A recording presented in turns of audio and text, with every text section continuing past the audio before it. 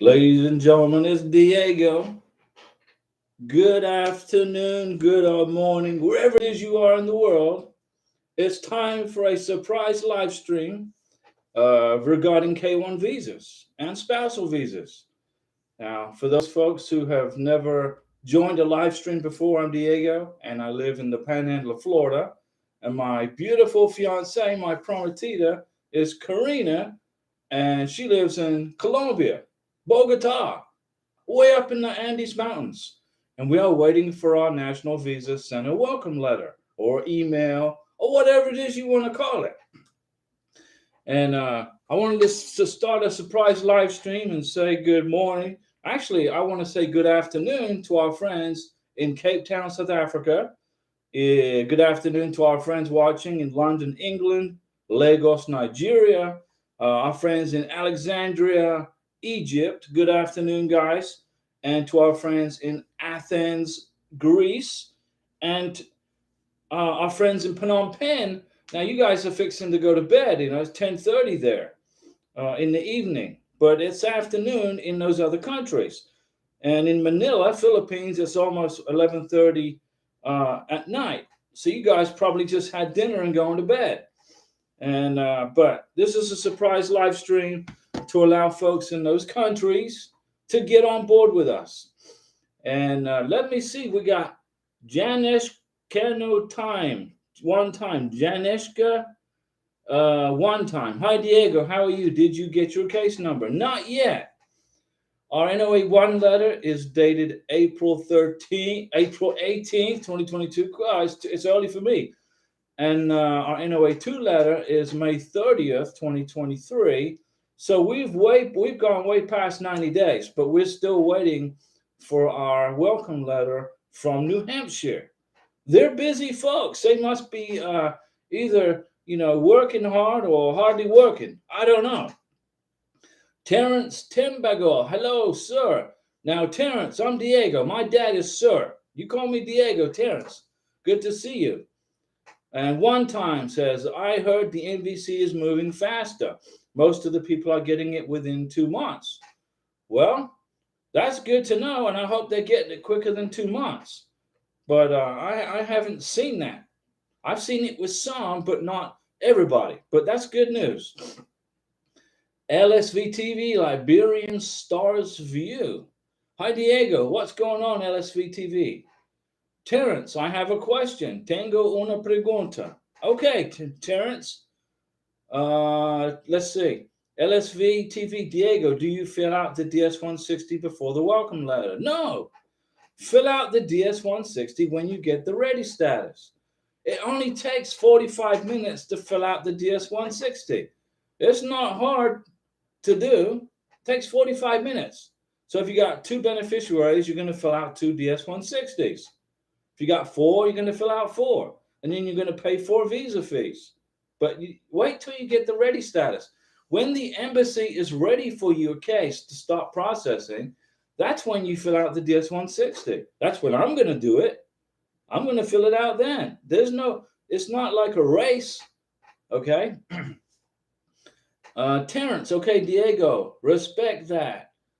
Terrence, I have my case number but don't have an invoice number. Don't worry about it. Go into the SIAC account and see if you can process the visa without the invoice number. But probably what's happening is the embassy still don't have you in ready status. So the National Visa Center have you processed at the Visa Center, gave you a case number. They still got to mail it to the embassy. And then you get the ready status, in transit ready status, and the invoice number. It depends. The embassy may not require an invoice number. Let's see here. Janiela James, hi Diego. Good morning. Hope all is well. Doing great here. It's 10:40 in the morning here in Central Time in the Panhandle of Florida, near Pensacola. North of Navarre Beach is where I'm at. And it is the same time in Bogota, Colombia. But it's an hour ahead in Caracas, Venezuela. Let's see. One time, did you send an inquiry yet, Diego? Yeah, I sent an inquiry. It took 4 days for them to respond to my inquiry, and they said they will notify me when Karina's case is being delivered to the embassy in Bogota, Colombia, or words to that effect. So I'm just, I'll send another case inquiry in 2 weeks, but probably by then we'll already have our ready status, etc. Let's hope so. But it's not. I mean, you can't rush this. Jacob Myers, good morning, Diego. Jacob, what's going on? And Terrence, so I don't know what to do now. Okay, Terrence, all you got to do, go into the SIAC account or go into Google MVC status, go into that and put in your case number and check your status. Keep track of your status now. Now the MVC has your visa. So if you want to know what the MVC is doing with it, okay, use the case number to check your status. Angel Marcia, good morning, Diego, from Anaheim, California. What's going on, Angel, in beautiful California? Francois, TGIF, Diego, and Karina. That now, to those folks that watching in foreign countries, that means thank goodness it's Friday. TGIF. Jenny Ella James, Diego, remember I told you my fiance visa status says refused because they were waiting on a medical to be sent over. Well, yesterday it changed to application received. They say check back in 2 business days. So now what that means is that the embassy has your medical exam. They're going to check it out. And then they're going to get you in there. Boom, ready to go. Congratulations, Janiela. Jacob, look at you. A super chat this early in the morning. Jacob, thank you for that. And that's going to go towards my Mountain Dew stash because it's early in the morning. But I tell you what, I'm drinking some Mountain Dew because I got a sore throat, and I'm still doing a live stream. So let's see. Rose, Diego, quick question: should I add any assets such as a house mortgage? If so, mortgage bill deed to my fiance's packet for his interview. Rose, okay. If you're going to add your house to the I-134, you got to prove its value. How do you do that? Well, you can go into Zillow.com, etc. Go to your property appraiser's office and get proof that you own the house, and then find out what the mortgage is, what's left on the mortgage, and what is your equity in the house. You're going to use your equity in the house. Okay? You can use it, sure. But if you have a $400,000 house and you owe $200,000 on the house, the immigration want to know what the equity is, which is $200,000, right? That's what you could cash it out for. Okay? And you got to prove it. How do you do that? Go to Zillow.com, put in your address, print up the value of your home, get your property tax appraisal from your property tax appraiser's office, so that proves ownership. LSV TV, it says in this SIAC account, they say the DS-160 need to be filled out before they can move forward. Okay, so in your country, that embassy requires the DS-160 is processed first. And I believe the same for Colombia. Terrence, let me copy what they sent to my email. Hunter Oda, hey Diego, did you receive welcome letter? Not yet, Hunter. We're waiting, just like you guys, but we're patient. We've already blown past 90 days, okay, since our NOA2 letter. And it's taking between 90 and 120 days to get the welcome letter. So we're right in that window of opportunity. So it could be today, could be tomorrow, could be next week, but it's close. And as soon as I get that welcome letter, you guys will be the first to know. I'll tell you guys first. Well, I'll tell Karina first. I'll get on the phone, hey, Karina, guess what? And then she'll be all happy and over the moon. And she just finished painting and refurbishing our apartment in Bogota, Colombia, after the massive earthquake we had. We had a 6.3 magnitude earthquake shake our apartment and cracks, and it was horrible. But so Karina repainted the whole apartment by herself with the help of our little niece, baby Paula, and our cat Tokyo.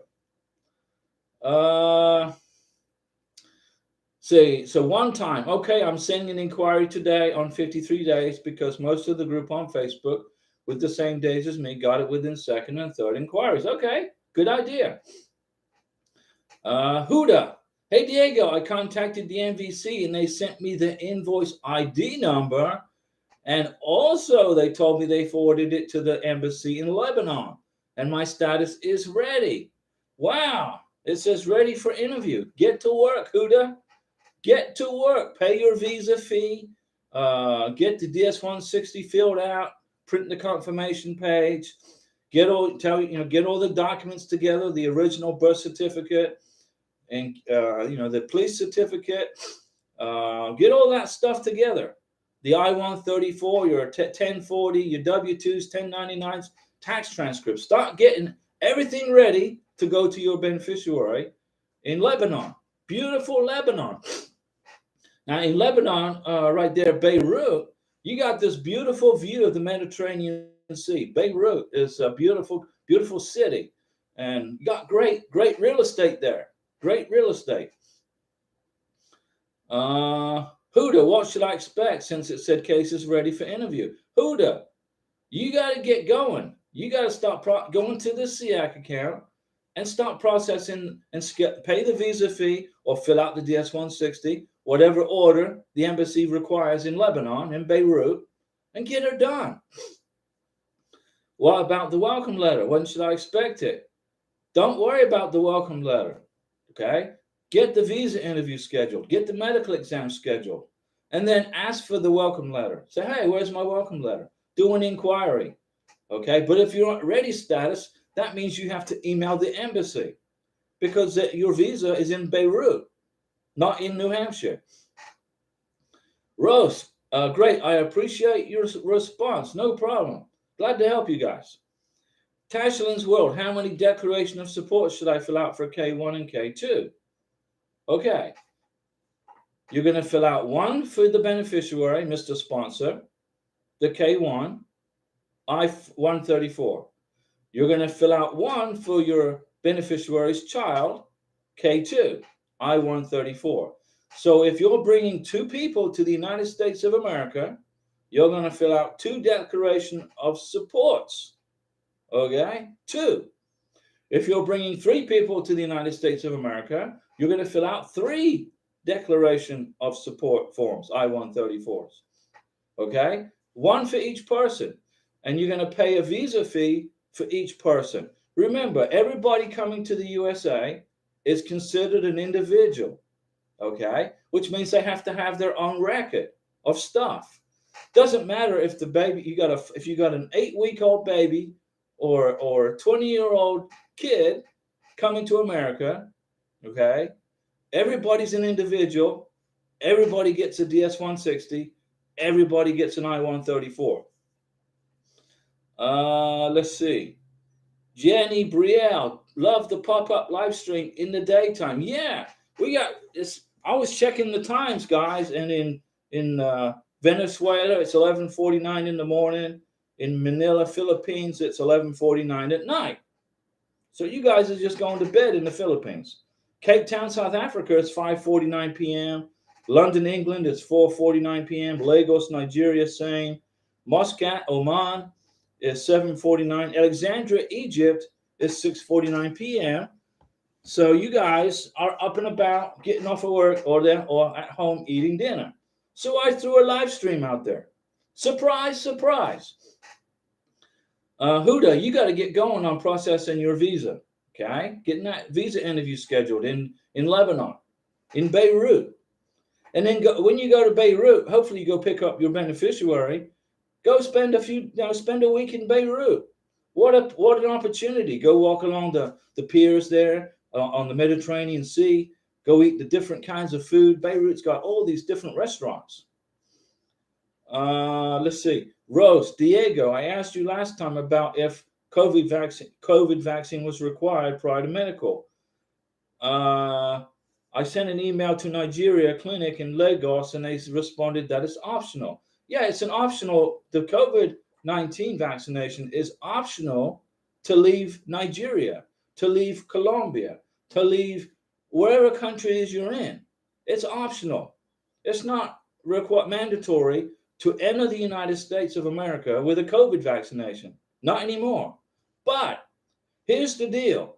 When you apply for your green card, your beneficiary, when she applies or he applies for the adjustment of status green card, form I-865, and then you're going to fill out form I-864, and then you're going to fill out I-693, well, the doctor will. You got to have a COVID vaccination plus all the other vaccinations to get the green card. So if you don't feel comfortable getting a COVID vaccination in Nigeria, don't worry, get it done in the United States. But it's just more expensive here. Everything's crazy out of control price.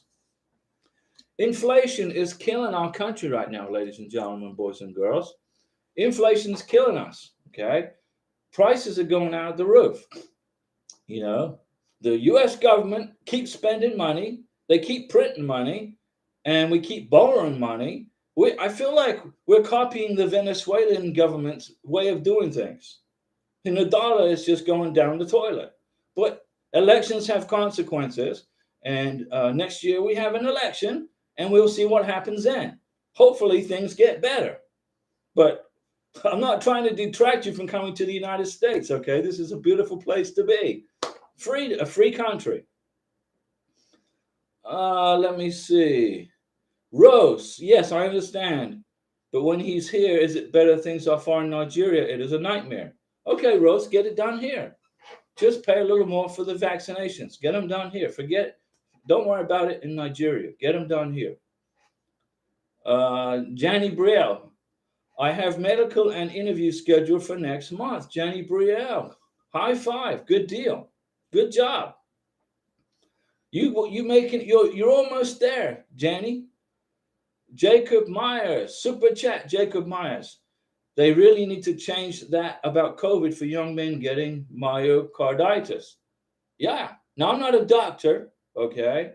I'm not a doctor, but in my opinion, it should be an optional vaccination, not a mandatory vaccination for a green card. Just my opinion. Should be optional, Ashley Santana, hi Diego. I called the embassy support line and they informed me that I didn't schedule interview before hearing from embassy because it can invalidate the interview we schedule. What?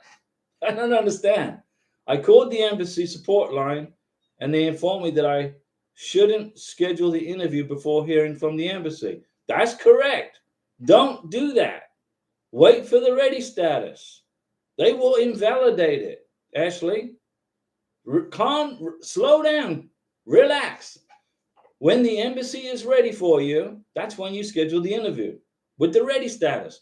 If you schedule your visa interview before the embassy is ready for you, that visa interview will be terminated and given to somebody else. It's invalidated. Don't do that. Headrex, hi Diego. NOA1 notice of action expires tomorrow. What you mean? You mean the NOA2?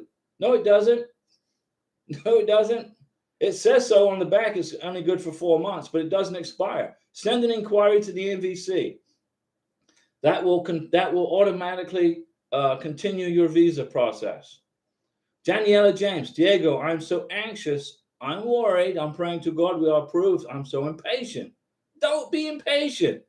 They still have his passport, so they should stamp it already and tell us when to pick it up. They will. Daniela, they'll tell you. You'll get it. Jacob, we are a month away from our medical exam. Woohoo! Fantastic. Good.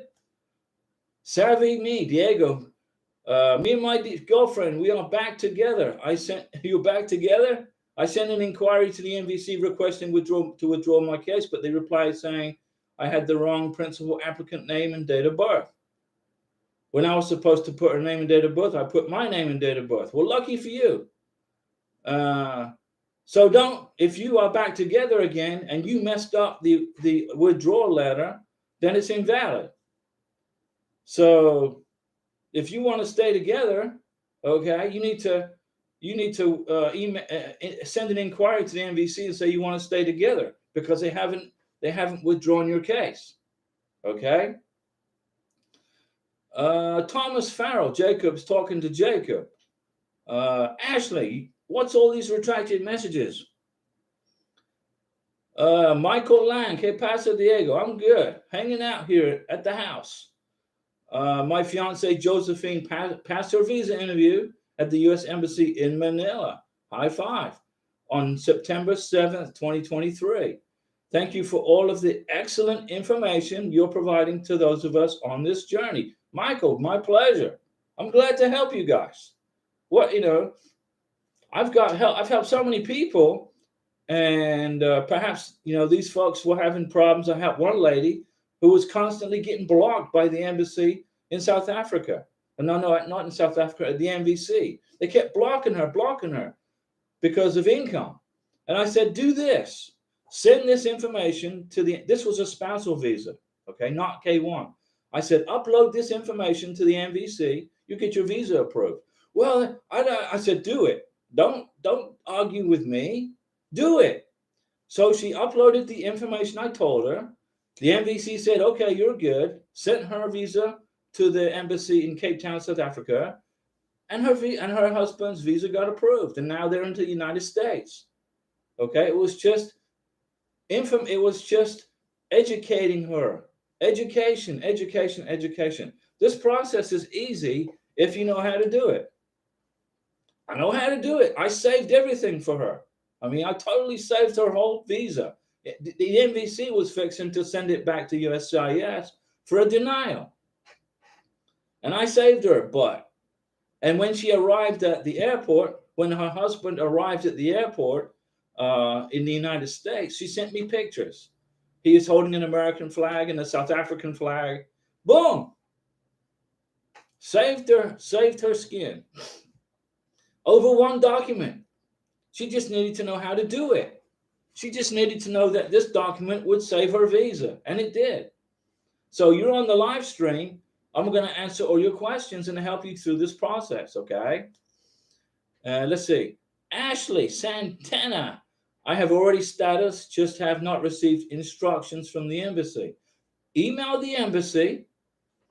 Ashley, send them an email with your case number, invoice number, date of birth of your beneficiary, passport number of your beneficiary, all that jazz, and ask for them to help you. Say, hey, what do I do? Help me. They will respond to you. Everly Anderson, hi, Diego. Just saying hi. Well, hi, Everly. Pray things are processing well for you and Karina. Doing great. We're fine. Keep up the good work. I truly appreciate you. Well, we appreciate you too, Everly. And hang in there. Rose, I believe that scheduling interviews vary by country. You are right. Someone from Nigeria was able to schedule the interview without a welcome letter. You are correct. Thomas Farrell. Hi, Diego. How did the storms last week affect you and the hurricane? And is Hurricane Lee heading your way? Well, they didn't affect us except for bad rainstorms. I had a lot of rain, a lot of wind, because the hurricane hit over there, not over here. Thank goodness. Well, I feel sorry for the folks where the hurricane they hit them. But we choose to live in Florida. Nobody made me move here. I wasn't forced to move here. My decision, my responsibility. Okay, now I used to live close to the beach for 12 years. And I said, I've been lucky so far. So I sold my house close to the beach and moved into the inland. I moved 20 miles inland here. And hopefully that will be better protection. At least I'll get protection from storm surge. But wind, no. It's my decision to live here. And to be honest with you guys, I am about sick and tired of hurricanes. Okay? I've evacuated so many times I lost count over the years. In 2005, I evacuated for Hurricane Ivan. So anyway, let's get back to visas. So I'm good. If Hurricane Lee's heading this way, I don't know. I haven't checked. Janiela James, what documents was she missing? I missed that part you were saying. What documents was who missing? I'm not sure. Who? Jacob, October will be here soon. Yeah, right around the corner. I'll probably be in Colombia in October. Thomas, then the interview will be here sooner than you know it, right? Now I'm a little worried about the 24th. Jacob, what are you worried about? Stop. Ashley, I have emailed the embassy several times. Email them again. Email them again and print the emails. That proves communication. That keeps your visa active. Savvy me, Diego, can you finish reading the rest of my question, please? We are back together. I said more about it on previous comments. You didn't read everything. Savvy, I didn't see it. If I saw it, I would have read it. Let me see, Savvy. We will let you know when forward your case to the destined embassy. All this say that I changed my mind to withdraw my case, and I sent another inquiry again not to withdraw my case. And they responded with the name and info with the first inquiry. So you submitted a withdrawal letter, but you messed up the information, and now the immigration is saying, what did they say to you? So they've sent the email, they've sent your visa to the embassy. You're still in process, right? If they did, Jacob, I'm not worried about October 24th. I'm worried about getting that seminar scheduled. Why? The 4-hour seminar? That's a 4-hour seminar for Filipinos, okay, to give them instructions on how to prepare to leave the Philippines to live in a foreign country. It's easy. It's a 4-hour class. She'll sit in a classroom, she could listen to the professor talk about how to survive in a foreign country after living in the Philippines. It's to help your beneficiary. It's not hard. Thomas is talking to Jacob. I don't think the October 24 embassy interview will be too much of an issue. No, it's not. Just what they asked for on the checklist. There you go. Everly Anderson, me and my boys will be making the transition over to the United States next week. Okay, you have been very helpful throughout my K1 visa journey to date. When I express that I truly appreciate you, we really do. Everly, and we are glad that you are soon going to be in America. Okay, here's what I would like for you to do, Everly. Become an American. Don't forget where you came from. Don't forget your home country and your family and friends, but assimilate into this culture and become an American. Learn about our history. Learn about the flag. You see the flag right there? How many stars are on the flag? How many? How many stripes? What do the stars represent? What do those stars mean on the United States flag? What do they mean? Start preparing for U.S. citizenship. 3 years from the date of your green card, you can apply for U.S. citizenship. Become an American. Then you don't have to go through all this immigration stuff anymore, right? And especially your kids, okay? Get your kids to assimilate and become Americans. That's what I would do. Dahlia, hey, good morning, Diego. I just received a response from the MVC from the second inquiry. I submitted for an update on our case. They provided me with an invoice number, but waiting on the welcome letter. Okay, good job. They said they will notify us once our case reaches the embassy in my fiance's country. There you go. Just wait now for the ready status from the embassy. Thomas is chatting with Jacob for Amanda and Tunes. Hello, Diego. If the federal government shuts down at the end of the month, does USCIS stop processing visas? Well, USCIS is funded separately from the government, so they will continue, but the embassies could shut down. The embassies could not get funded, right? The embassies, the State Department, that they get funded from the Treasury Department. If the government shuts down, the State Department could shut down, which means the embassies could shut down. But the chances of that happening are probably zero. Thomas Farrell, look at that. Super chat. Great job. Thomas, thank you. A salute to Thomas and Jacob for the super chats. Keeping me in Mountain Dew today. And this is cold. So don't worry about the government shutting down. It's not going to shut down. Okay? But yes, the visas will stop processing if it does. At the embassy, not at USCIS. USCIS will continue to work. The embassies won't. Let's see. I don't want to miss anybody here. Everly, thank you. I will always remember my home country, Jamaica. Jamaica, beautiful country. It's a beautiful place, a beautiful island. I have flown over Jamaica so many times. When I fly from Houston to Bogota, okay, I fly over Jamaica. I wave to everybody. Hey, everyone. Jamaica, the food, the people, the music, the atmosphere, it's beautiful. Don't forget Jamaica, but become an American. Assimilate.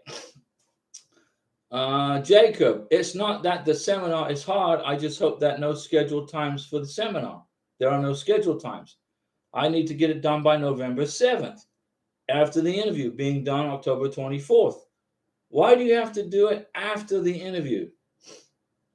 Why can't you do it before the interview? Does the Filipino government require you do it after you get the visa? Why not do it now?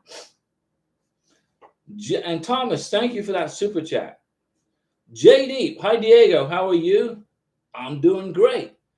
Is it any order we have to set the documents for the interview? How many photocopies for each document? One photocopy of each is good. And the order would be separate your financial documents from your civil documents, okay? So make a folder for your I-134, your 1040, your 1099, your W-2s, tax transcripts, letter from your employer, bank statements, pay stubs. Put that in one folder for financial. It doesn't matter what the order is. Then your civil documents will be bring original birth certificate, a copy of the birth certificate, translated into English if necessary, police certificates, original, letters of intent to get married from you, Mr. Sponsor, and your beneficiary, brand new letters of intent to get married. So basically, you're going to separate financial from civil, divorce decrees, annulments, death certificates, that kind of stuff. When you go to the visa interview, they're going to say, Mr. Beneficiary, Miss Beneficiary, I need this, this, this, this, and this. And you go, okay, here you go, here you go, here you go, here you go, here you go. So you better, what the secret is Mr. Beneficiary, Miss Beneficiary, the secret is you better know where those documents are in your folder. Immigration are going to ask you by document. I need the divorce decrees. Okay. I need your passport, copy of your passport. Here you go. I need your I-134s. Here you go. Know where the documents are and give them to the immigration officer as they ask for it. Let's see. You got it? There's no particular order. Ashley, I never received a physical welcome letter from the NVC, only an email. Go ahead and print the email. That will be good enough. Jacob, the Philippine government says they changed the rules. You can only do the seminar after the visa is in your passport. I understood. Okay. So the Philippine government is the problem here. Okay. It's not the U.S. government this time. It's the Philippine government. And they're telling you got to do the seminar after the visa's in the passport. Okay. Do they check the passport for the visa? Do you have to present your passport and show the visa in order to schedule the seminar? I don't know. That's a question, right? I don't know. But just follow the rules of the government of the Philippines. And it shouldn't take long to get a seminar. Surely, it shouldn't take that long. I mean, how many people are leaving the Philippines? I mean, a lot? I don't know. So, I did this live stream as a surprise, guys, because there's a lot of people in different countries on the other side of the world that it's either too late or too early in the morning for them when I do the live stream during the week on Mondays, Wednesdays, and Saturdays. So I started this live stream early so folks in South Africa, Greece, Nigeria, Oman, England, etc., Phnom Penh, Cambodia, Vietnam, those folks can watch the show. Now, I don't know if anybody can see the videos or the live stream from China, communist China. Communist China, they censor everything. So I don't know if people are watching this in China or not. Definitely nobody can see this live stream in North Korea. The good people of North Korea are censored horribly. They can't watch YouTube. If you watch a video in North Korea that came from any place other than North Korea, you get executed. What's up with that? Yeah, man, I'm so glad I live in America. Edward Tubman Jr. Hi, Diego from Liberia. Hello. How long does it take to get an interview at the embassy in Liberia on a K1? It's about 2 to 4 months. Maximum 4 months, 2 months, probably the quickest. Dahlia A. When do I pay the invoice? When do I pay? You don't pay. The invoice number is free. It's delivered to you from the MVC or from the embassy, excuse me. You pay for the visa fee, which I believe is $265. Don't quote me on that, but that's just off the top of my head. You pay the visa fee at the embassy, either from your bank online through the SIAC account, or your beneficiary has to go to a bank in his or her country and pay at a specific bank authorized and approved by the embassy. The embassy will tell you. I believe in Bogota, Colombia, Karina will have to go to a bank and pay the visa fee there, if I remember. Or it could be things have changed and I have to pay it online. But you pay the visa fee after you fill out the DS-160 on this embassy. This embassy may have a different rule where you have to fill out the DS-160, pay the visa fee, fill out the DS-160. Every embassy's got their way of doing things. But the embassy will tell you how to pay for the visa fee. GLK Dog 01, I already have a year and nothing yet. So you've been waiting for 12 months for your NOA2 letter. That's what I think you're trying to say here. And it takes 12 to 13 months to get an NOA2 letter. So you're very close to getting your NOA2 letter, okay? Try to relax. You're going to get it. Just be patient, okay? Not much longer. I'm still waiting for the National Visa Center letter from New Hampshire. The average is 90 days. I've already blown past 90 days. But remember, my K1 visa's got a lot of stuff in it. There's a lot of work. They got to do a lot of scanning, a lot of work. Let me see. I hope so. You're good. Just be patient, okay? You got to be patient.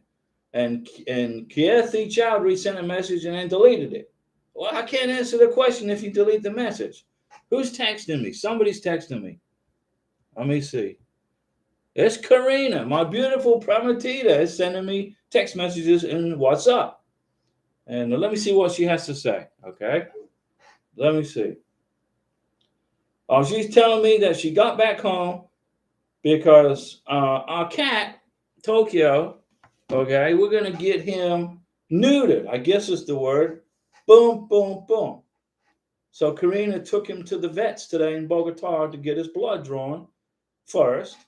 First, the vet's going to check his blood. And then after that, next week, we're going to go get him snipped off. Okay, neutered.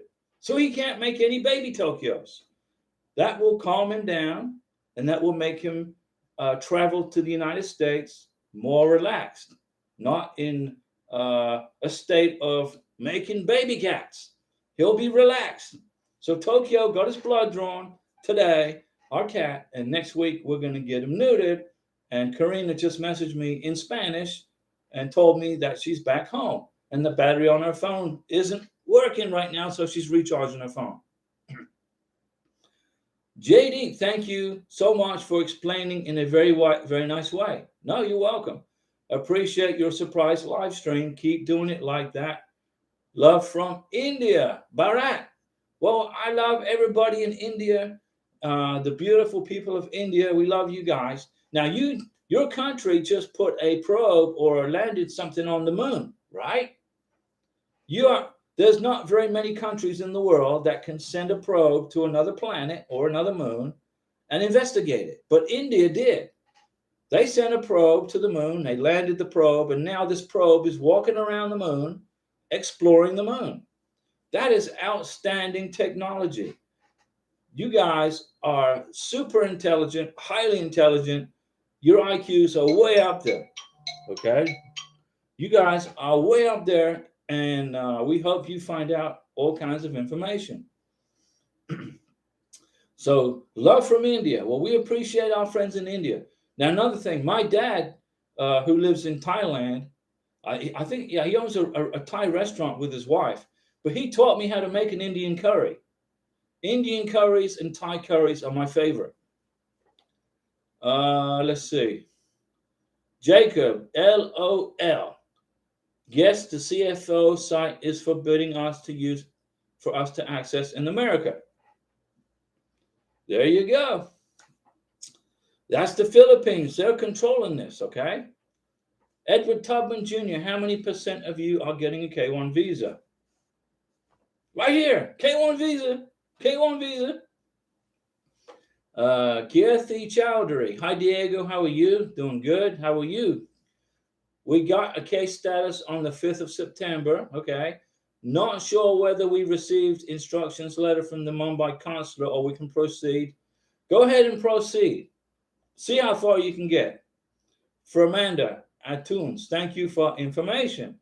You're welcome. And for you guys out there watching from foreign countries, okay, who don't speak English, who are writing their comments in English, I salute you, okay, because English is a difficult language to learn. It was difficult for me to learn Spanish, okay, very difficult for me to learn Spanish. I lived in Italy for 6 years, so I learned Italian when I was in Italy. I lived in Sardinia and I lived in Sicily when I was in the Navy, in the military. Italian was hard. Spanish was hard to learn. And but the way to learn English, is to keep speaking it, keep talking it, keep writing it. So this channel will help you. Just listening to me will help you with your English if you are not able to understand English. Go ahead and proceed, Kiathi, with your visa processing. Assad Rameh. Hi, Diego. Assad, what's going on? Savvy me. Diego, I'm going to retry explaining again. Okay, do it again. Please read everything. I will. I sent an inquiry to the MVC requesting to withdraw my case. I know that. But they responded saying, okay, so the correct case number is the principal applicant's date of birth provided does not match. I read all that. Okay, so you submitted the incorrect information. So they didn't withdraw the case, right? They didn't. Please submit a copy of the valid passport showing the correct date of birth for the principal applicant. And since we are back together, I send another inquiry not to withdraw. Perfect. And then they responded back with, to correct the case, you'll be notified once this case is forwarded to the assigned U.S. Embassy Consulate General. Right. I read all that before. Your visa wasn't withdrawn because you messed up when you tried to withdraw the visa. You submitted all the wrong information. Lucky for you. Now the visa is going to go to the embassy to continue processing. You're good to go. You're good. But make sure you make copies of those emails that you sent to the MVC, that you have changed your mind, that you don't want to withdraw the case. Make copies of that, okay? You're good. You're good to go. Jacob, languages are best to learn as a child, Diego. Well, you're right, Jacob, but I can't go back in time. I don't have a DeLorean. I can't go back to 1960, whatever. So I'm stuck with learning languages at the age I'm at now, which isn't young, but I learned. I mean, you're right though. Children pick up just like that. Savvy me, you're good. Your visa's still in process. When you sent the withdrawal paperwork, you messed up. Immigration couldn't do anything with it. So they emailed you back and said, this is how you correct the problem. And you don't want to correct the problem because you want to continue with the process. And now they're saying that the visa, you'll be notified once this case is forwarded to the Sun U.S. Embassy. Your visa's still in process. And don't get mad at your beneficiary. If you get into arguments, figure it out. Don't withdraw visas. Don't do that. Everybody has bad days. GLK Dog 01, I was checking the case status online. I think the page is down. Okay, just wait a couple of days. Assad Rameh, how are you doing? Doing good. MVC assigned us a case number. Can you tell how time it take to MVC to send the paper to the embassy? So you got a case number, so it could take 2 weeks, 3 weeks for the MVC to send it to your embassy. Depends how busy the embassy is. What country, Assad, are you in? Which country? Hedrex, hey Diego, I'm in the process of doing the DS-160 for wife and future daughter, okay? The NOA-2 expired tomorrow. No, it doesn't. Will it affect the process? I just sent my MVC inquiry to extend it. No, you disregard what's on the back of the NOA-2 letter. Your visas, immigration are continually processing your visa. Even though it says in 4 months your NOA-2 letter is going to expire, it doesn't. But you got to protect yourself, okay, by sending an inquiry to the MVC after 60 or 90 days. I say wait 90 days. After 90 days, which is 3 months, send an inquiry to the MVC. 4 or 5 days later, the MVC will respond back to you. Print those emails. Those emails show contact with the MVC, which automatically extends your NOA-2 letter. Okay, guys, you got that. You learn a lot of stuff on this channel, don't you? You are learning so much stuff, and it's all free. You can't beat that. An attorney would be charging you $100 for a phone call. You can come in here and get it for free. I'm not an immigration attorney. Okay, I don't work for USCIS. I give you zero legal advice, but I have been through 2 K-1 visas successfully and a spousal visa over the past 8 years. I know how to do this like the back of my hand. Immigration should hire me, but I won't work for immigration. Girl Dragon, high five, Girl Dragon. Look at that super chat. Girl Dragon says, I'm super duper. Super duper. Well, you're super duper, and I'm going to salute Girl Dragon for her super chat. Thank you. And I salute a toast to Girl Dragon and everybody. Excuse me, but my throat is dry, guys. Now, Hedrex, your NOA-2 letter will be extended automatically, but I recommend sending an inquiry, which you did, which is going to automatically extend your NOA-2 letter. Keithy Chowdhury, corrected. My status is ready at Mumbai consulate. Okay. Should we wait for the invoice number to be received? Is it that important? It depends on if the embassy want it. Some embassies don't care about the invoice number. They just go ahead and schedule your interview. How could we get it? Basically, what would be mentioned in the welcome letter? Just process your K-1 visa. Schedule the interview. See if you can schedule it without the invoice number. The bottom line is the K-1 visa in your passport. Assad Rameh, sir. Now, I'm Diego. My dad is sir. I'm Diego. I'm from Pakistan. Beautiful Pakistan. Where are you at? In Islamabad? Pakistan. You guys, beautiful country. Beautiful part of the world. Rose, my last for the day, LOL, does a sub pay and a combination of unemployment have any negative impact on my K-1 visa? Unemployment? No, it's income that's taxable. I'm still looking for a new job after having been laid off, so so far, not a lot of luck. Okay, Rose, what you need to do is get a joint sponsor, okay? Get a joint sponsor, and then if you find a job and everything's good to go, and your income will exceed or meet the income requirements for immigration for 2023, then you don't need a joint sponsor. But right now, unemployment's not going to hurt your K1 visa case at all. You get unemployment compensation, immigration count it as income because you get taxed on it when you file your taxes in 2024. But you got to get a joint sponsor if you don't have a job. Please get a joint sponsor, okay? Cover yourself. Girl Dragon, I love your name, Girl Dragon, okay? Girl Dragon, thank you for that super chat. And I love your name. That's just awesome. You know, I would never have thought up of that name, Girl Dragon. Savvy Me, thank you, Diego. You are the best. No, you're the best, Savvy Me. Everybody's in here is the best. They also sent me the case number when I made the inquiry. Okay, what do you think that means? Okay, well, if you have a case number, you can track your visa and find out where it is. Okay, that's the purpose of the case number. You can track where your visa is going. Is it in transit? Is it in the embassy? Is it in ready status? The goal is to schedule the visa interview.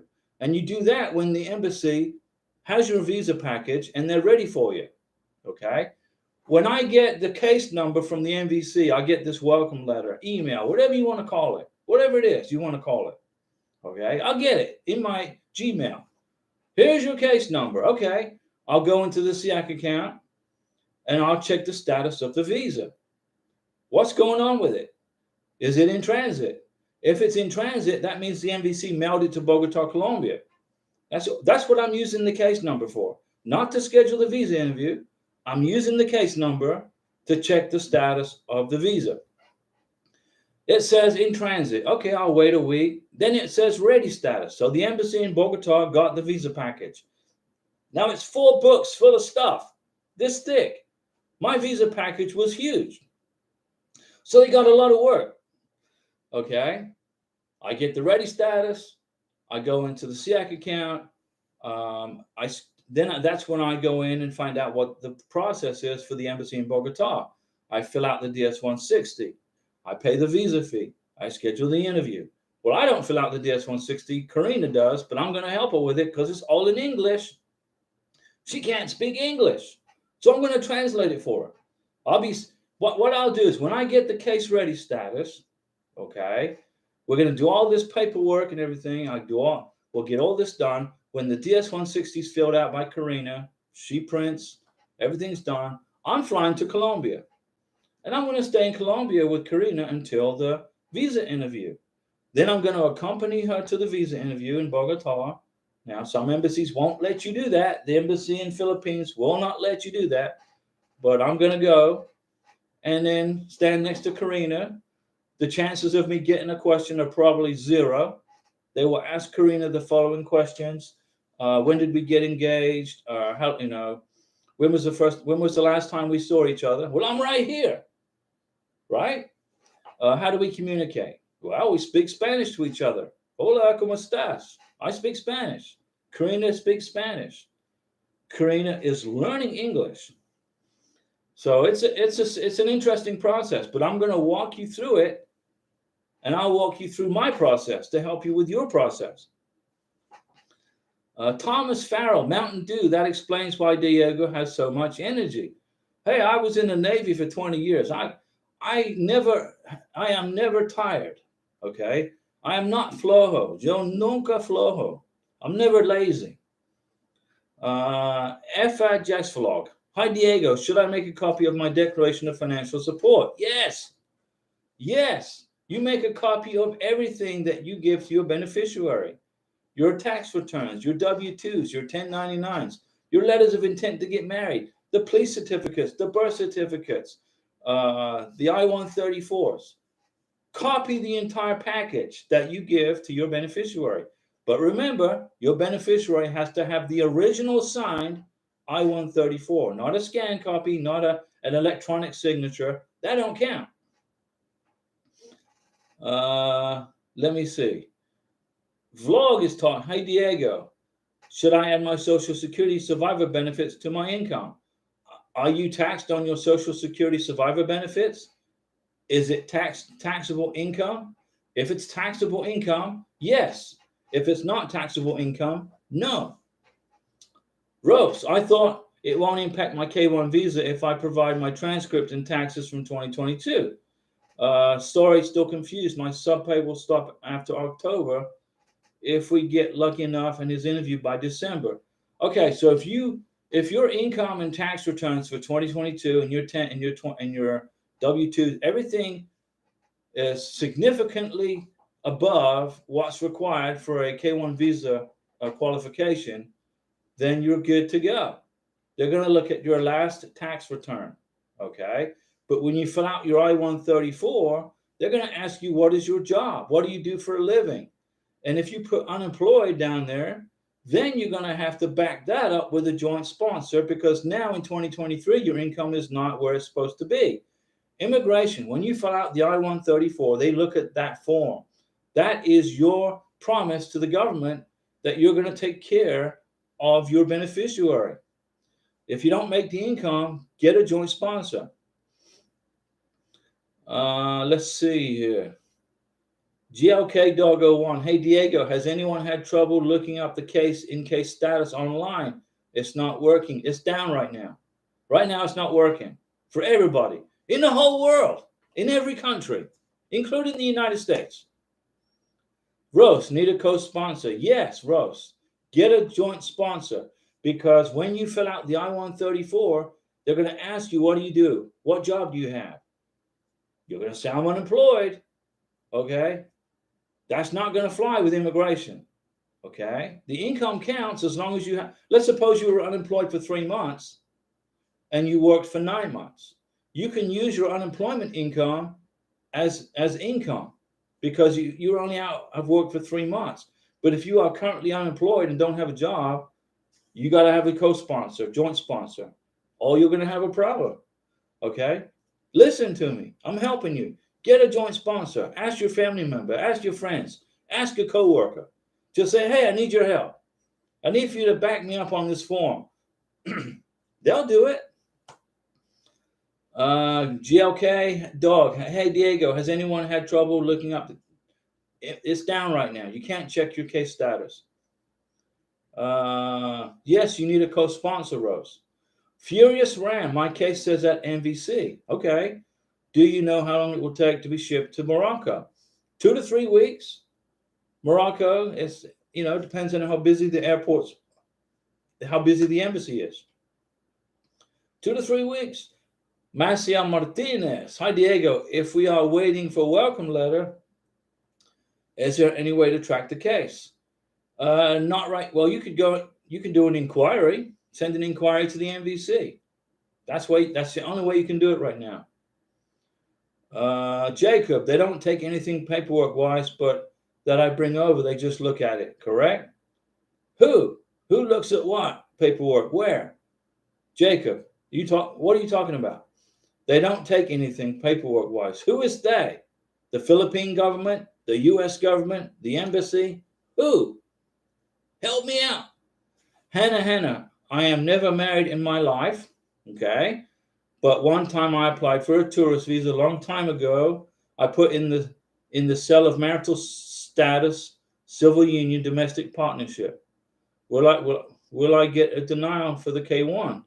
No, Hannah, you won't get denied for your K1 visa as long as you are single and legally able to marry.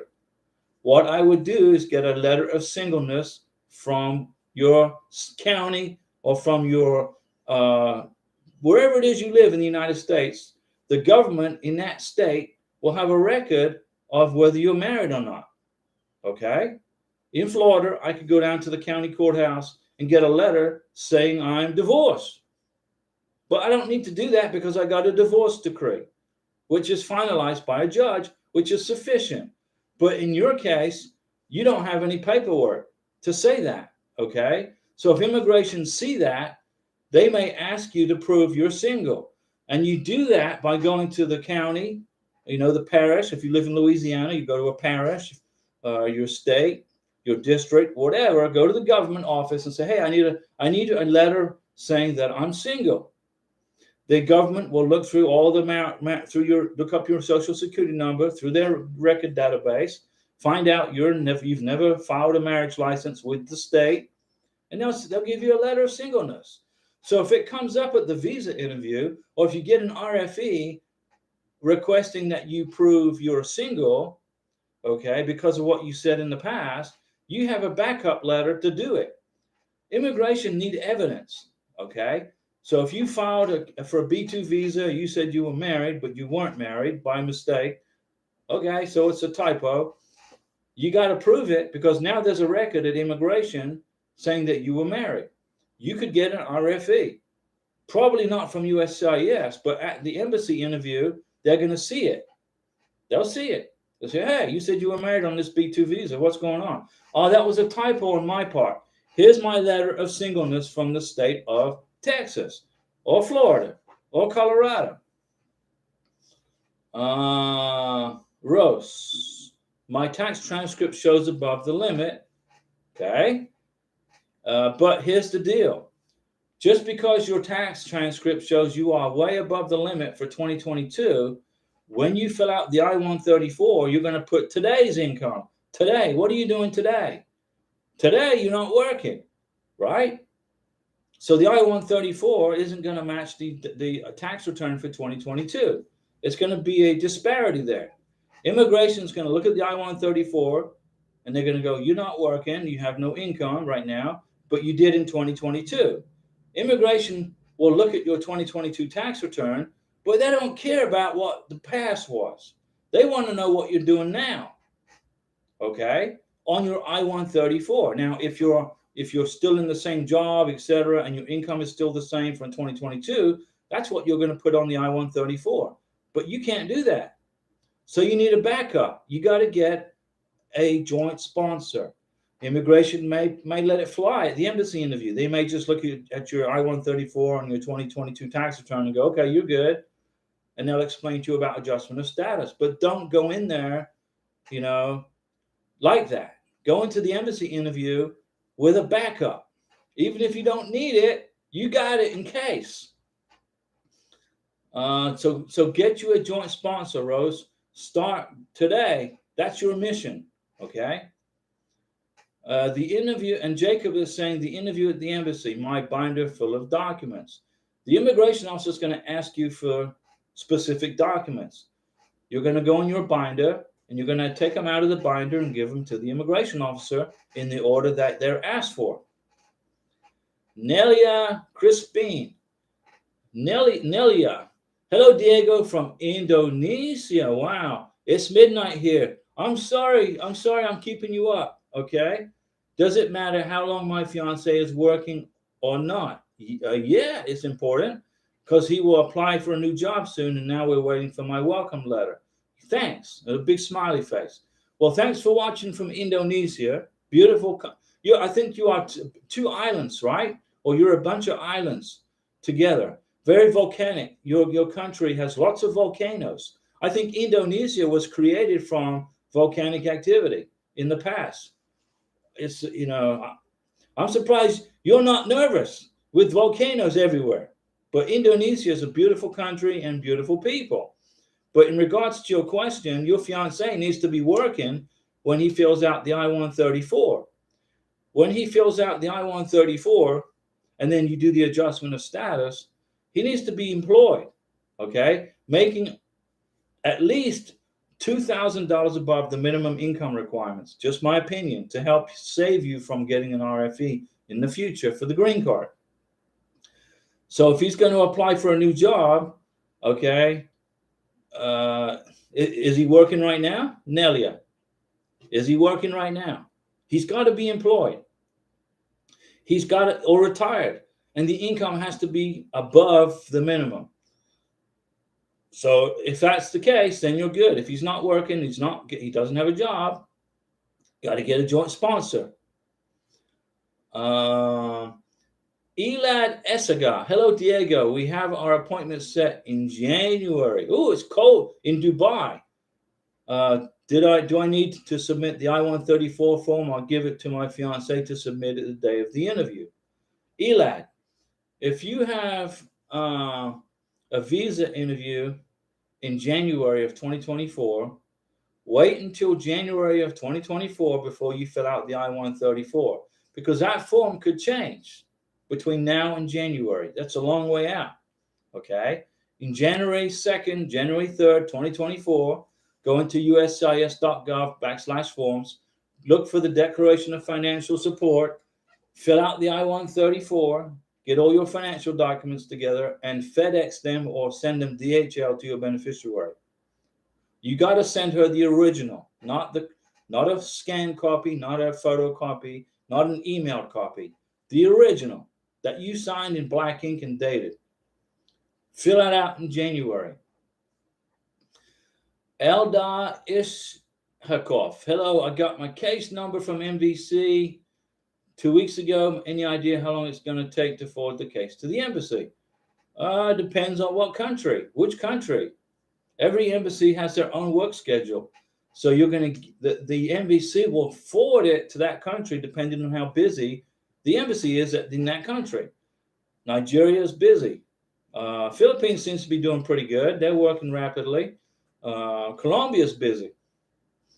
Jacob, do they give that stuff back or do they keep everything? They'll give you back all the original documents, Jacob, and they will keep the copies. So you got to make sure you have copies of everything. Okay? But the originals will be returned to you. Juan Cruz. Hey, Diego, still waiting for the welcome letter, but I want to start the paperwork for adjustment of status. No, don't do that, Juan Cruz. Do not start the adjustment of status paperwork until you are married and in America, and your beneficiary is in America. Those forms are going to change. The I-865, the I-864, the affidavit of support, the adjustment of status form, it's going to change. They're going to get a new addition date. They're going to get a new expiration date. Wait until you are married and in the USA. Okay, but you can fill out the forms and practice on the current edition if you want to. If you want to practice how to fill them out, knock yourself out. But do not waste your time filling out adjustment of status paperwork until you are married and in the United States. It's a waste of time. The form's going to change. The addition date's going to change. If you submit a form that's expired or the addition date's changed, that's not matching the one that's on the USCIS website, they're gonna send you a visa package back. They'll say you submitted a form that's expired. Other than the I-134, which right now you still can use. Michelle, hey Diego, will the officer see the annual salary of the fiance, or will they see the last amount in their bank account? They will look at the 1040, page line 9 or 10, I think it is, on the tax return. That's the income they're going to look at. Okay? Whatever's on their bank account statement, they'll look at that too to make sure that the income is getting deposited, that your fiance is working. But they look at the tax return. Okay. Sheena Anderson, hey Diego and Karina, happy Friday. Happy Friday, Sheena in Maryland. And Christian is in Dubai, right? But you're going to have your visa interview in Nigeria, if I remember. Furious Ram, can I make a SIAC account with just the case number? Yes, you can. You can do a MVC status check with your case number in the MVC also. Sheena, Christian said hello. Well, Christian, we hope you're doing well. Rose, what paperwork will I need for a co-sponsor? Okay, besides filling out the I-134. Okay, Rose, listen up, guys. If your income is not there, you got to get a joint sponsor, okay? Because immigration is going to look at your current work assignment. What are you doing today on the I-134?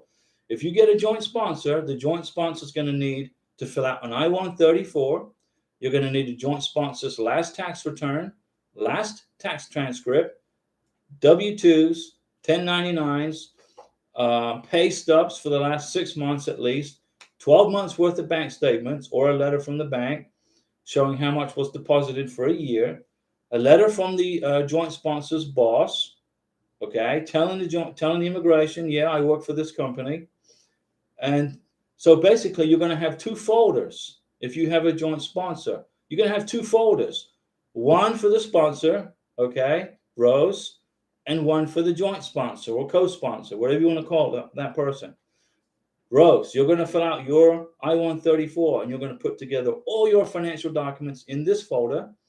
And in this folder, you're going to get your joint sponsor's I-134 filled out and signed with all his or her financial documents.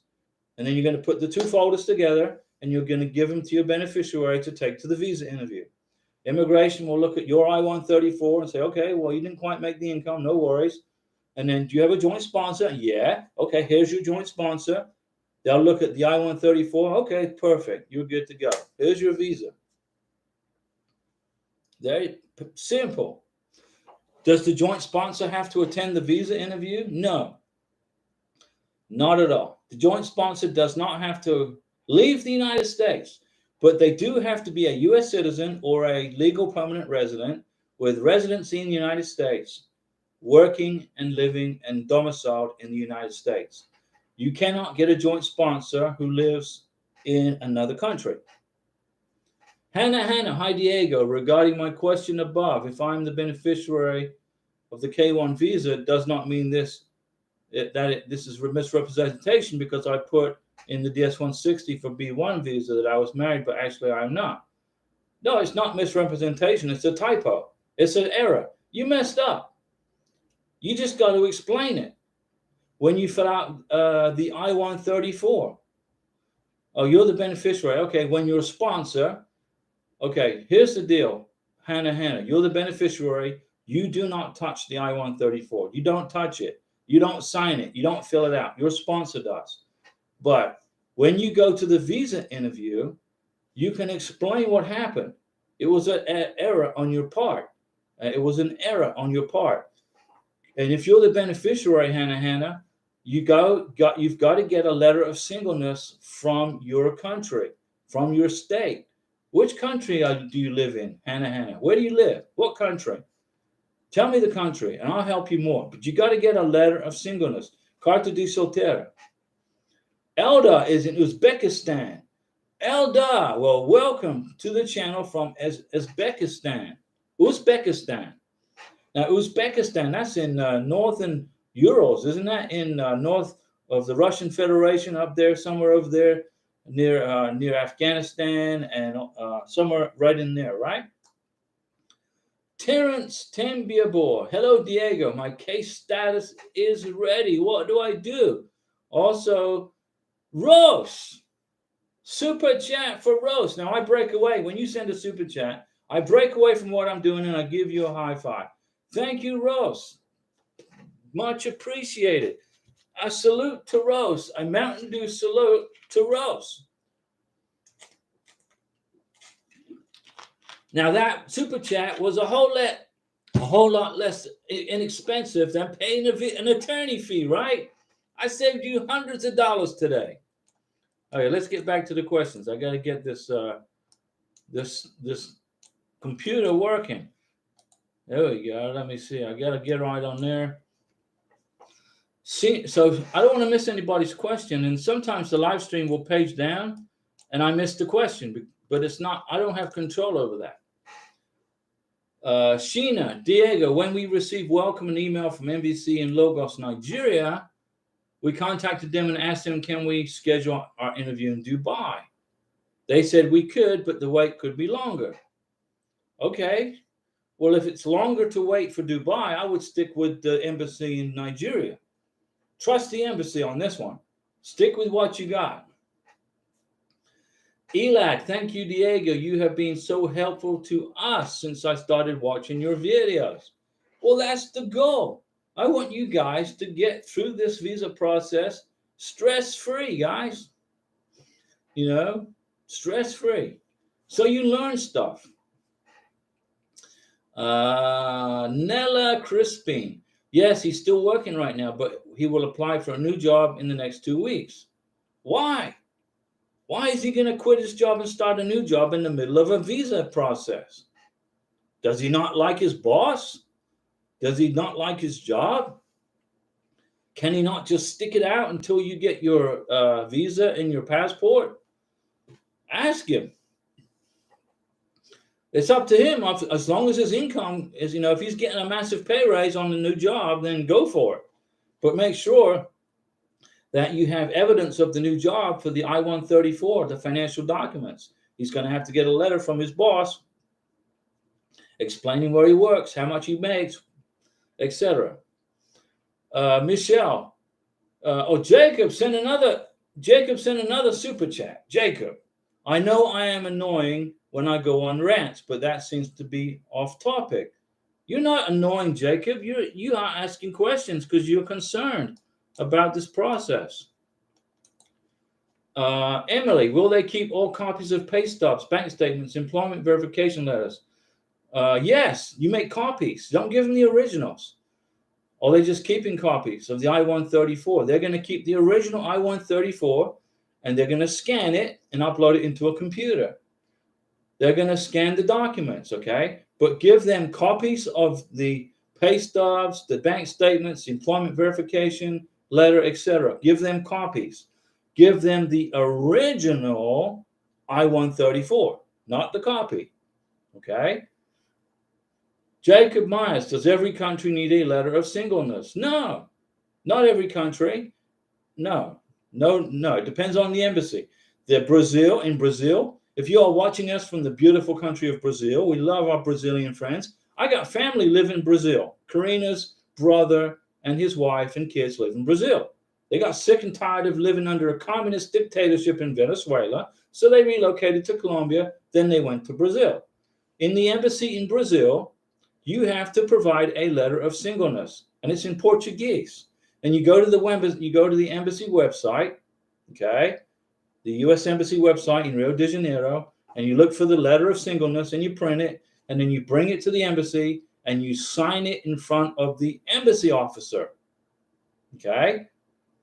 Emily, but not all countries, no. Emily, will they keep all copies? No. Yeah, they'll keep the copies, yeah. Don't give them the originals. Give them copies. If they keep it, so what? What are they going to do? They're going to shred it all. Once they get done reviewing it, they shred it. They don't have a place to store all this stuff. But the I-134 gets scanned and uploaded to a computer. Rose, you're welcome. I asked too many questions today. No, you didn't. Rose, ask me as many questions as you want. You got an hour and a half to pick my brain. I usually talk for an hour and 30 minutes. That's a long time, right? You should get all your answers. You should pick my brain right here. Get all the information. Life in North Carolina. Hey, Diego, my Manila fiance did the medical 2 days ago, but now have to go back to St. Luke's in Manila this October for more tests, and she will not get the results until December 4th. Okay, so it sounds like they want to check her for TB. Life in North Carolina.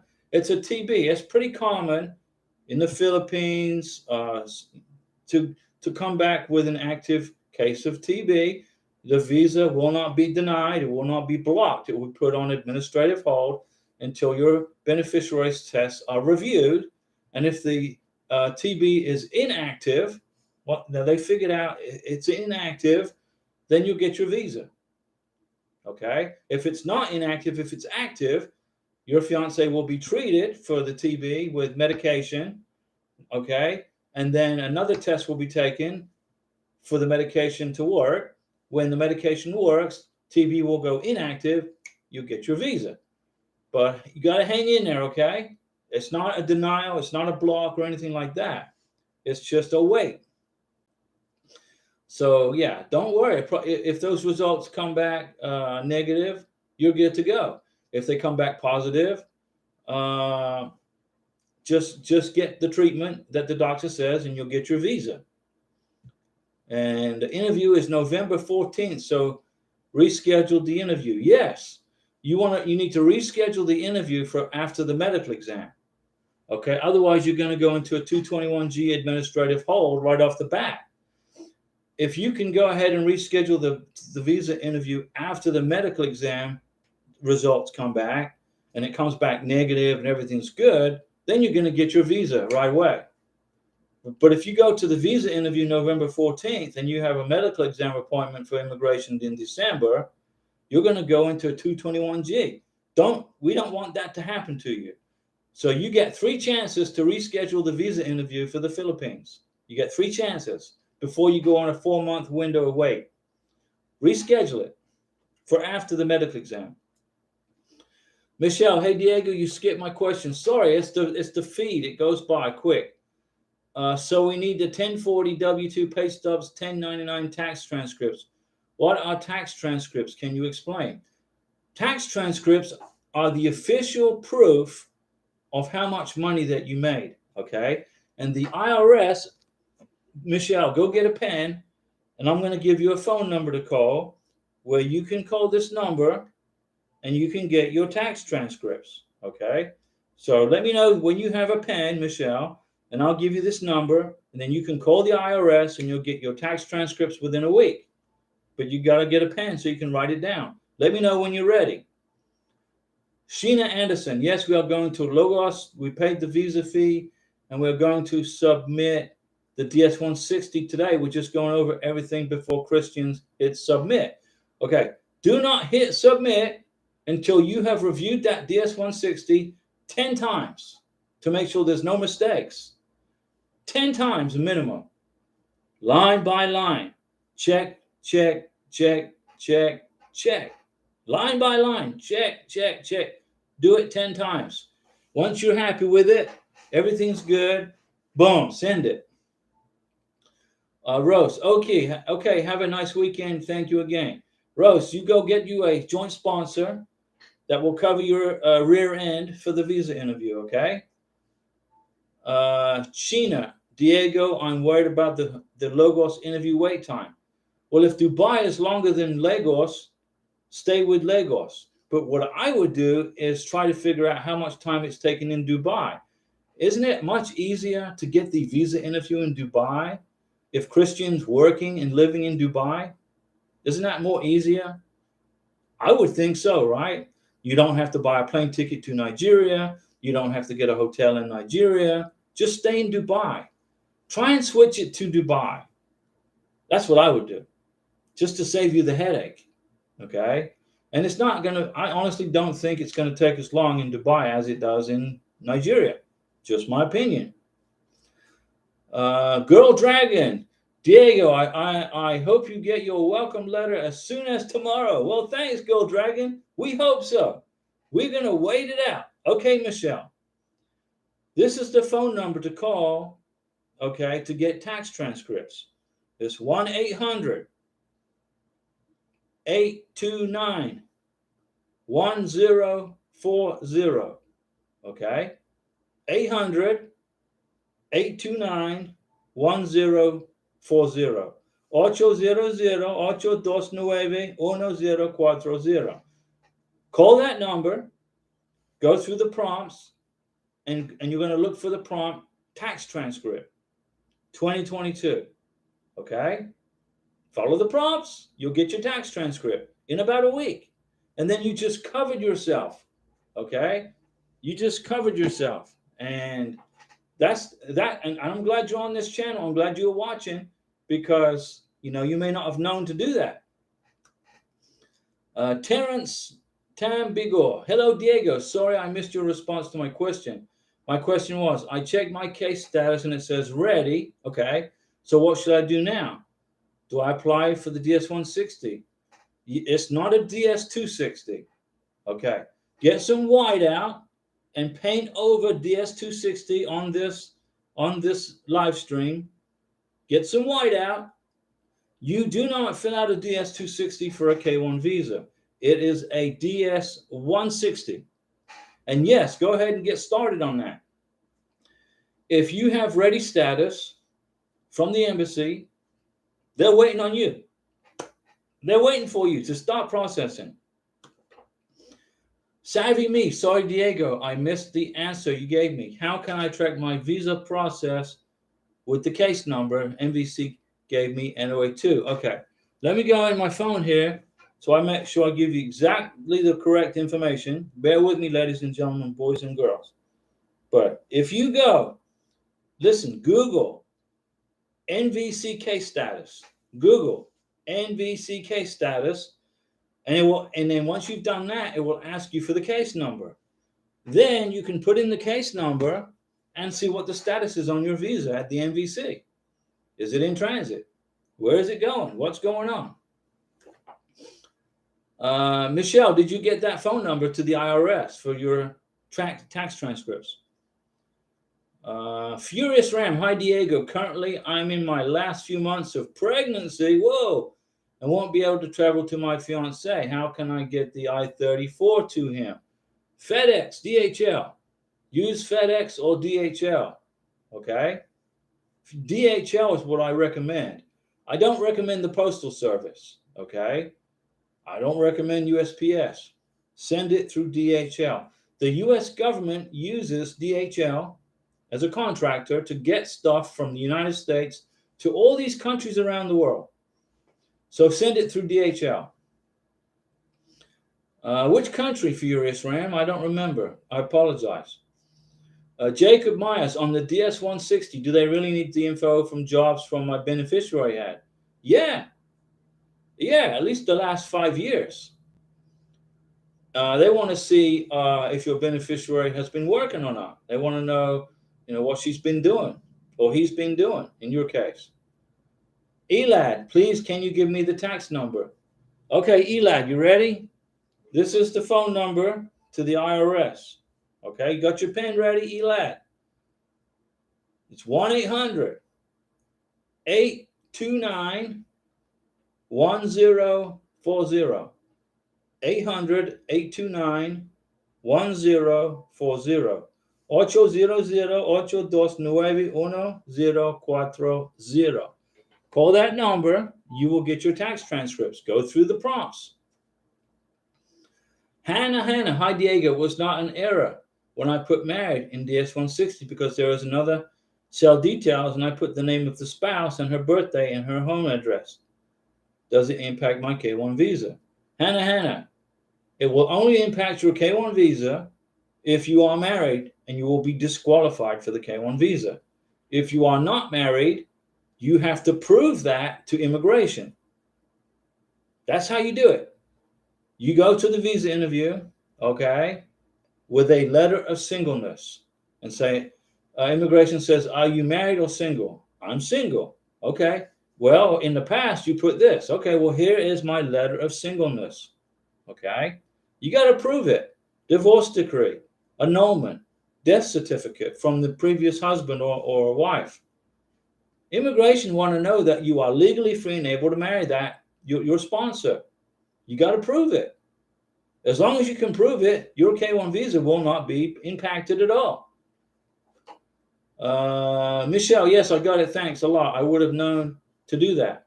I would never have known to do that. So, Michelle, now you know how to get your tax transcript and to include it in your visa package for the embassy interview. Okay? I recommend you get 3 years worth, 2022, 2021, 2020. When you go through the prompts on the telephone, the IRS is going to ask you, what tax year do you want? You put 2022. You type it in your phone, 2022. And then it's going to say, do you want another tax year? You say yes, 2021. And then it's going to ask you, do you want another tax year? Yes, 2020. And then when you don't need any more tax years, okay, don't hang up. You just hit the prompt and then wait and you listen. The IRS will say, do you want anything else? And then you hit whatever the number is. No, they will hang up for you. Don't you hang up. You want to hear on the phone a message from the IRS that says, we will mail your tax return, your tax transcript to you within the next 7 to 10 days. You want to hear that. When you hear that, then you wait and the IRS will log off the phone call for you. Don't you hang up once you hear stuff, because you want to make sure they got the information. They're going to ask you 2 things.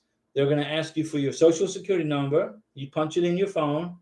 They're going to ask you for your address, the number of where you live. What address do you live at? What's the number? Do you live at 27, whatever? You're going to type in 27. Do all that. You get your tax transcripts for free. And then those documents are critical for the visa interview at the embassy. Shinzi, hi Diego. I have a question. If I didn't get my welcome letter within 30 days, should I call them? No, MVC will not pick up the phone. How long usually the welcome letter takes? Thank you. Takes 90 days, 100 days, 120 days, 90 to 120 days. I'm still waiting for our welcome letter. Okay. I've been waiting for what? Past 90 days. Sheena Anderson, yes, we went over the DS-160 for 20 minutes. Sheena, you're good. Jacob Myers, can the DS-160 be revised? They've been using the same form forever. I think you're good.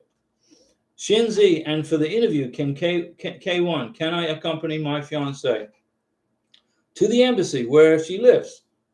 I don't know what country, Shinzi. What country are you in? Shinzi, tell me which country, and I have some idea. And if I don't know, I'll tell you. But Philippines, no. Indonesia, I don't know. I don't know. That's right, Indonesia. I can't remember. I will find out. And if you join us on the next live stream, which is actually tomorrow, I'll give you the answer. Emily, do you know much about the Nairobi, Kenya embassy? The embassy in Kenya is processing K1 visas, but they're slow. They're not processing them fast. They're slow. Embassy in Kenya is slow. So, if you're the sponsor, I would go, and you go visit with your beneficiary. Go spend a vacation there. I would love to go to Kenya. Go to the Serengeti. What a beautiful country, Kenya. And in Kenya, don't they have the Maasai there? That's where the Maasai live, right? The Maasai. Carlos Zambrana. Hello, Diego. Got my interview date, NOA2, July 8th, 2023. Interview is October 12th, 2023. Carlos, very good. Carlos Zambrana, interview for October 12th. Now, is that Colombia? Shinzi, thank you. I'll find out for you on Indonesia. I'll be back on the live stream tomorrow, okay, at 7 p.m. Central Time. Jacob, can we just go and add some of the past jobs? Just whatever the last 5 years. What happened in the last 5 years? No, you got to put it on the DS-160. When you are at the visa interview, they're not gonna ask you what jobs did you have. Okay? They don't have time. They don't have the time. Yes, Maasai. Yeah, Emily, I remember the Maasai live in Kenya. And they have a ritual, a jumping ritual, right? Where they jump up and down, and whoever can jump the highest on their 2 feet, okay, is like the king of that group. In La Paz, Bolivia. That's right, Carlos. Carlos' interview is in La Paz, Bolivia. Now, Bolivia is a landlocked country. Bolivia don't have any beaches.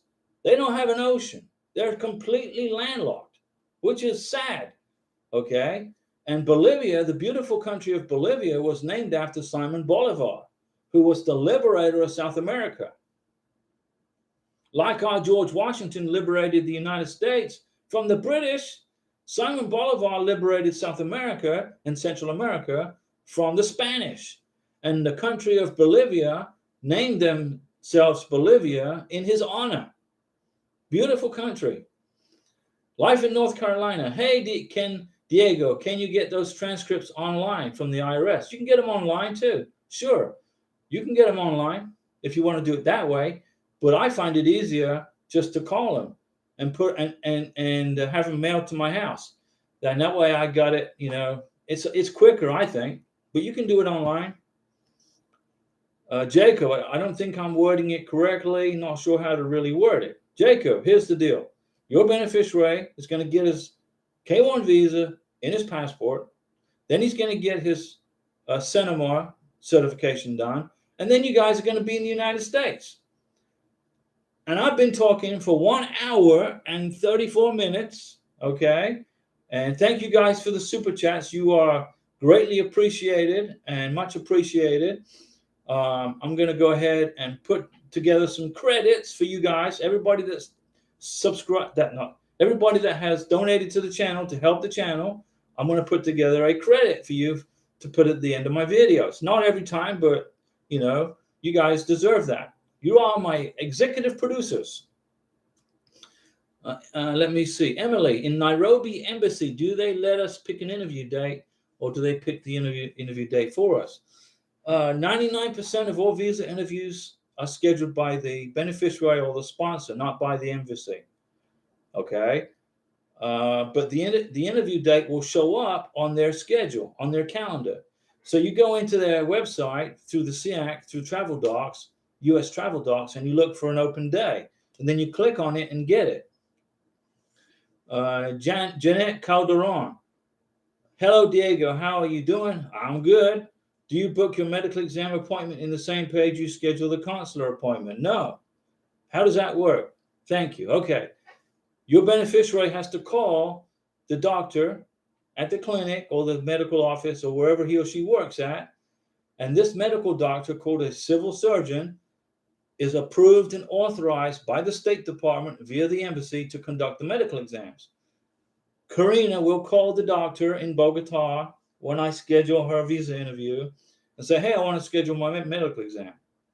So the beneficiary has to make the phone call to the doctor or the civil surgeon. But you got to find out who the doctor is and where they're located and what's their phone number.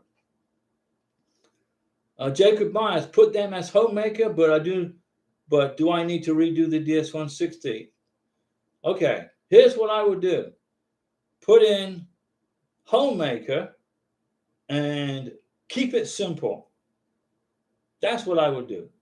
Just the beneficiary's job is actually irrelevant, because the beneficiary is leaving the Philippines or wherever country it is and relocating to the United States. So whatever the beneficiary did in the past, job-wise, really is irrelevant.